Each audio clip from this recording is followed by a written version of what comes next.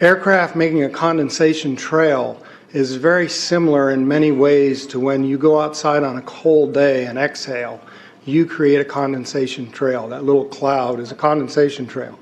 Now, if you take a 2-mile walk on a cold day and you can turn around and you can see your condensation trail tracking all the way back for 2 miles. That's how crazy it is to think that what we're looking in the sky is actually condensation trails. The contrails, not the chemical, the contrails occur because of cold air, minus 30. It takes high altitude, around 30,000 feet plus. There's carbon dioxide and water vapor in that exhaust. That turns to ice crystals, and that's what you see, the white stream behind it. Those white crystals of ice warm up, dissolve, and the smoke goes away. And it never lasts more than a minute. What we're seeing now, and I first could not believe it, and I started looking at the skies, and these are not normal. They're not natural. There's something going on. I don't know who it is or why they're doing it. All I can testify is it's not natural and it's not normal. It's got to be some outside influence doing that. Thank you. I'm here to give you testimony that chemtrails, they're not contrails, are indeed real. They're spraying almost every day. I watch the clouds and watch the spraying program going on. I want to tell you that we're in very great danger from the pollution that's coming down over us. And we've been led astray by the military-industrial complex, and they're responsible for the cloud's creation and weather manipulation programs. They're dark operations. That's why they're not out in the media. I look around and I see people are starting to look up and see this. Many times I've spoken about chemtrails, and I get this blank look on my face. What are you talking about? I'm saying, look up. As a pilot, before I fly, I look up. And so, boy, they're really out there working. When you look up at the sun and you see a white haze, that is aluminum floating in the air right now, and it's coming from the aircraft. There's a huge amount of aluminum being found because these sprays have aluminum, strontium, barium, manganese. And there's a lot of argument that aluminum is very common to be found. But aluminum is only common in a bonded form. It's not common in a free form, and we're finding high rates of free aluminum in the soil, which is not natural. The metal compounds that are being used are environmentally dangerous. We need to be monitoring them. We need to be testing them. Okay, these previous guys, I've watched exactly what they do, and yes, they are correct. I've seen exactly the same stuff, so ditto marks on those. You want some figures? Okay, latest water test, tested the rain.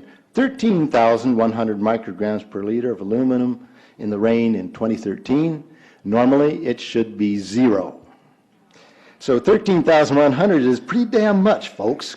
It used to be 0, then it was 100s in the 2000s, and then since 2010, it's into the 1,000s and the latest 13,100. In the snow on Mount Shasta, pristine Mount Shasta, 61,000 micrograms per liter, 4 times the amount that is found in the soil up there. Where in the hell is this stuff coming from if it's not coming from the soil? We have clouds in the sky we've never seen before. Almost every day I'm seeing clouds I've never seen before. And NASA has been even named a few of these new clouds. It's really interesting, but NASA is a corporation. I want you to know that. NASA has also conducted a research program in what they call metallized fuels. We're actually putting aluminum oxide right in the fuel because it has 2 atoms of aluminum and 3 atoms of oxygen. So during the combustion process, it releases all that oxygen and dramatically increases efficiency, but it leaves the aluminum in the air. We got things coming from sky down, and it's a huge, huge problem. Because as it comes down, what happens is a couple of things. Is that it actually is in our air, we breathe it. And as we breathe it, it's actually going to go up through our nostrils, into our brain, easiest access to our brain frontal lobe. The contaminants that have been identified, which already been mentioned, are aluminum. Aluminum is the #1 free radical generator to the brain to cause early apoptosis, which is early death of brain, and it begins to set off the scar tissue, which we call the amygdalin, which is part of the chemical matrix related to Alzheimer's. I'm a neurologist practicing in Reading for 17 years, and in the past 5 years, I have seen the number of patients with Alzheimer's disease, Parkinson's, and other neurodegenerative diseases tremendously increased, almost quadruple. I became interested in chemtrails about 8 years ago when I was in Hawaii, and the Hawaiians are really being very vocal about it. I concur about the increasing number of Alzheimer's. They have been able to take the aluminum and micronize it, which means it'll stay up longer. But it also means, and I don't know if any of you have noticed some metallic taste in your mouth when they're spraying, but you inhale that, it goes up through your cribriform plate and through your sinuses and into the brain. As you heard, to spray nanoparticles, very small particles. These nanoparticles, they basically trigger a programmed cell death in the brain, and that is the ultimate path we see in Alzheimer's. That's problem number one, because when we look at the Alzheimer issue, we say those are the old. The real problem is, and the real scare I have, is as I am a father of 2, I am a grandfather of 3. So the drama is our children. ADD started in the 70s. Autism was not on the radar. There was no documents, there was no information. It was 1 in 100,000 children. Today, what we have is 1 in 48 boys. I was part of the early group that was looking for aluminum in ADD and ADHD. And all of those children that started to develop those phenomena had high levels of aluminum. When we figured out protocols to detox them out, to free the body of those particular contaminants, what happened is that their brains came back. When we do this to the age, it doesn't come back as quick, but it will come back. But I'm seeing Alzheimer's in 56 years old. Back in the 70s, Alzheimer's when you were 80. If you remember 8 to 10 years ago, there was this big move to get rid of aluminum from underarm deodorant because it would cause Alzheimer's. Look what they're doing to us now. I want to give you a little bit of history on the background behind nanoparticles has been described before. A nanometer is 1/1000th of a meter. It's very small. In fact, if you have particles, say, that are 40 or 50 nanometers across, you can take and line 50 of them up next to a single red blood cell. These things are extremely tiny. They're pervasive. The collapse and decrease of agriculture is something I worry about even more than the previous info about autism and Alzheimer's. Believe me, I'm seriously concerned with what I'm watching. As a wildlife biologist, I've been watching the ecosystem collapse. When you lose all your stream organisms, when you have aluminum overload in your streams, you're killing your microbial bacteria and you're disrupting the entire ecosystem. So it goes way beyond just a little bit of pollution. How did Monsanto know to create aluminum-resistant plants? I don't think I've heard anybody ask that question. Okay. Insects. I've done studies in Siskiyou County. They're at 20% of normal. The aquatic insects basically made a nosedive in 2006 to about 20% of normal. So far this year, I've sampled 200 trout stomachs. 98% of them are empty. So sorry about the trout fishing, fellows. The mayflies, stoneflies, dipterus, and caddisflies are damn near gone. The terrestrial sampling is down to about 20% of normal, except for pest species like ants. We're seeing a loss of the major bird species, and as the gentleman said, the ecosystem is unraveling, and Audubon's been telling you that for years. The materials that are going into the environment right now, aluminum oxide nanoparticles and barium nanoparticles, these just happen to be the same materials that they use in nanothermate explosives. And so when this stuff settles down out of the air into the environment, it is small enough to be absorbed through the root structure of the trees in the forest. And so when there's a forest fire, and there will be a forest fire, those fires burn dramatically hotter. The point is that the cost of firefighting, the cost in the healthcare system have nearly doubled in the last 10 years. The amount of acreage is lost because of fires. The impact on human health is dramatic. I personally tested water and aluminum, and I found aluminum had 47 times the normal expected amounts. Strontium had 10 to 20 times the amounts. Barium was 20 times. This is what the stuff looks like here. I collected it. Looks, most people just think it's a cobweb, but I tested it. It has outrageous amounts of barium, strontium, and aluminum, but they destroy the sample, so I'm not letting this get away from me. You know, these tests are international. in scope. We're seeing this all over the world, guys. Okay, pH of acid soils is 20 times more alkaline.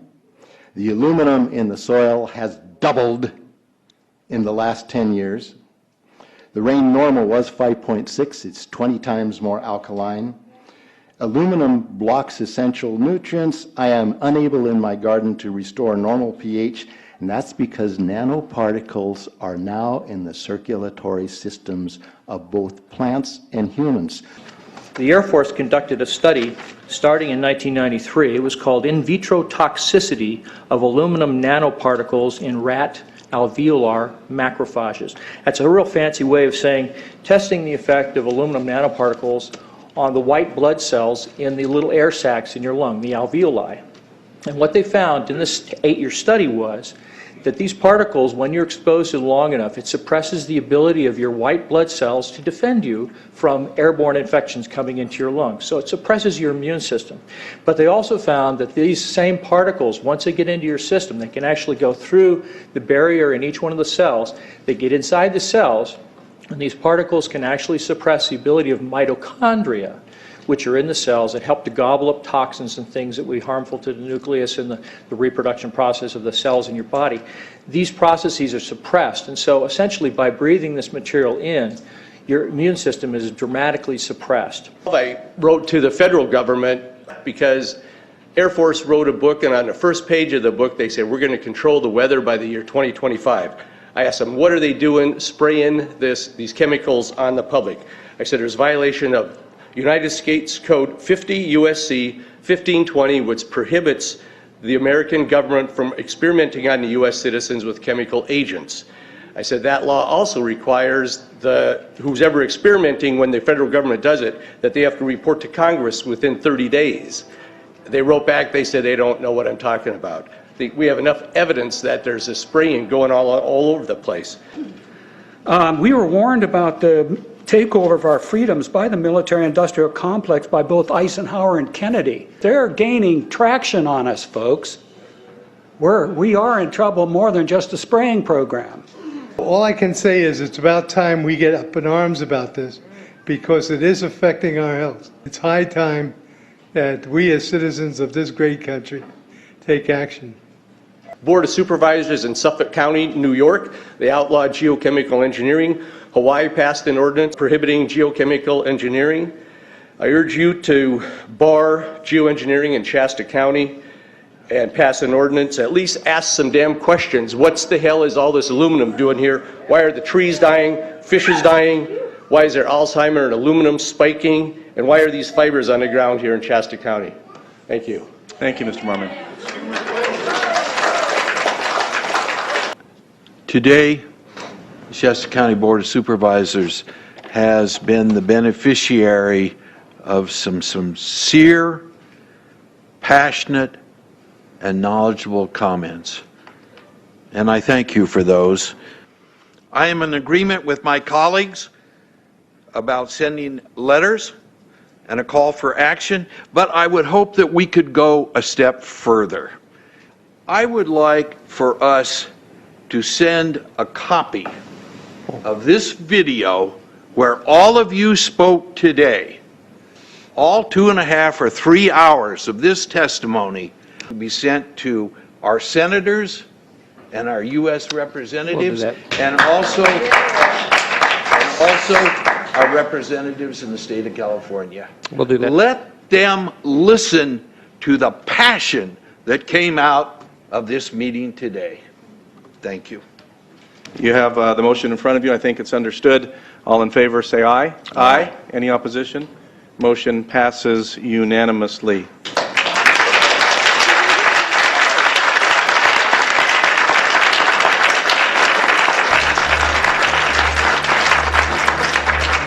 It wouldn't surprise me at all if the response is one that exceeds far the boundaries of Shasta County in terms of the platform that is offered, as evidenced by those who attended today from around the world.